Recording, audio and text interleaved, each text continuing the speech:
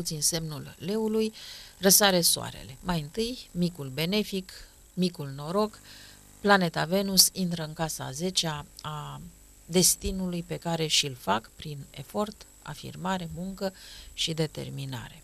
Pentru acești nativi, chiar dacă pe 2 aprilie planeta Venus va face o quadratură cu Marte în leu, adică chiar în zodia lor, tot nu este grav, tot nu este nimic rău. Este o quadratură pe care o vor resimți sub forma unor urgențe personale. Se instituie un regim al priorităților care trebuie să se răstoarne. Vor vedea că nu chiar toate fleacurile pe care le urcaseră în top ca fiind importante pentru ei sunt în continuare de aceeași greutate, de același statut și au aceeași valoare.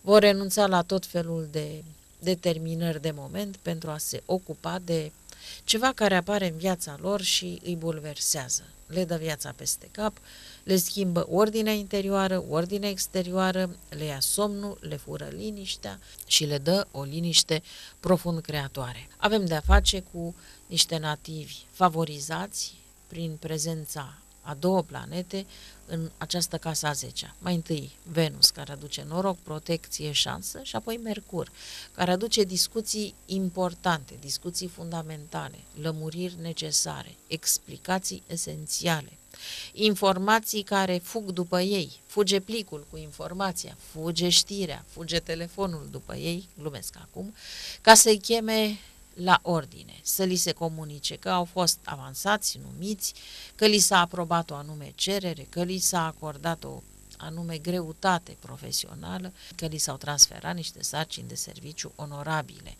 sau care, prin valoare și virtute implicită, îi pun pe aceștia într-un loc strălucitor. Și cum leilor le place tot ceea ce este de prim rang și de primă importanță, se vor simți flatați, se vor simți măguliți, vor accepta totul fără niciun fel de rezervă. Nu vor spune niciodată, e prea mult, e de ajuns, mă mulțumesc cu mai puțin sau nu mai pot. Aceste cuvinte și această atitudine nu există în limbajul și în comportamentul unui nativ din zodia leului. Cu cât e mai mult, cu atât este mai bine și ei vor fi foarte fericiți. Se pot exprima în public, pot să vorbească bine. Și acum să deschidem și un alt capitol, cei care sunt deja foarte bine stabilizați în meseria și logica lor profesională, pot să facă acum niște piruete care să lase asistența cu gura căscată.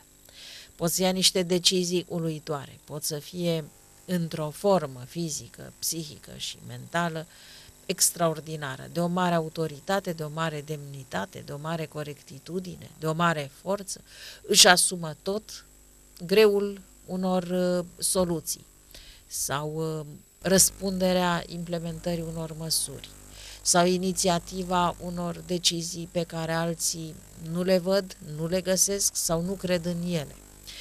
Ei găsesc soluțiile, ei veghează pentru ca totul să intre pe un făgaș pe care îl doresc ei și nu ceilalți.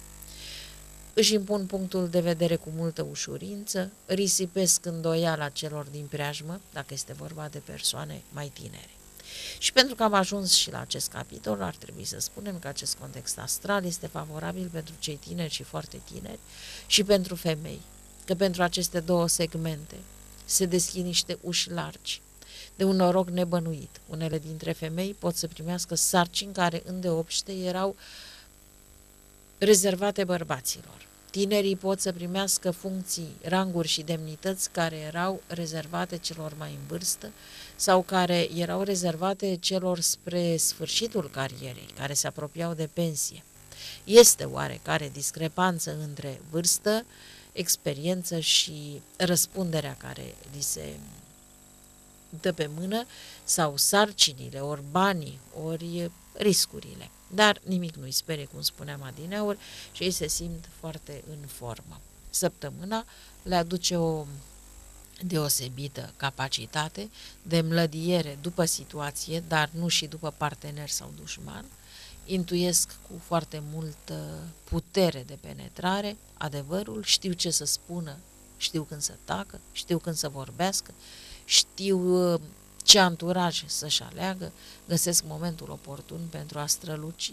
Un moment de glorie și de virtute în acest context poate să fie, iată, chiar ziua de 29 martie sau, mai târziu, ziua de 30 martie, pentru că luna plină vine să le aducă o foarte bună balansare și echilibrare a calităților. Vor ști să facă un lucru pe care acum nu vă vine să credeți, să facă pe modești, pe rezervații, pe cei care au și uitat că era vorba de succes. Ah, vai, nici nu știam că este vorba despre mine. Posturi care îi vor face pe unii să surâdă și pe alții să comenteze că de fapt e vorba de un mic capotinism sau de un mimetism. Joacă jocul modestiei, deși nu este vorba de o păcăleală. Pur și simplu sunt atât de implicați într-o serie de activități importante încât în această clipă partea de succes aproape că nu este în raza lor de acțiune și o amână această bucurie și această plăcere pentru o degustare pendelete cândva cumva în următoarele zile sau în următoarele săptămâni. And then we fly.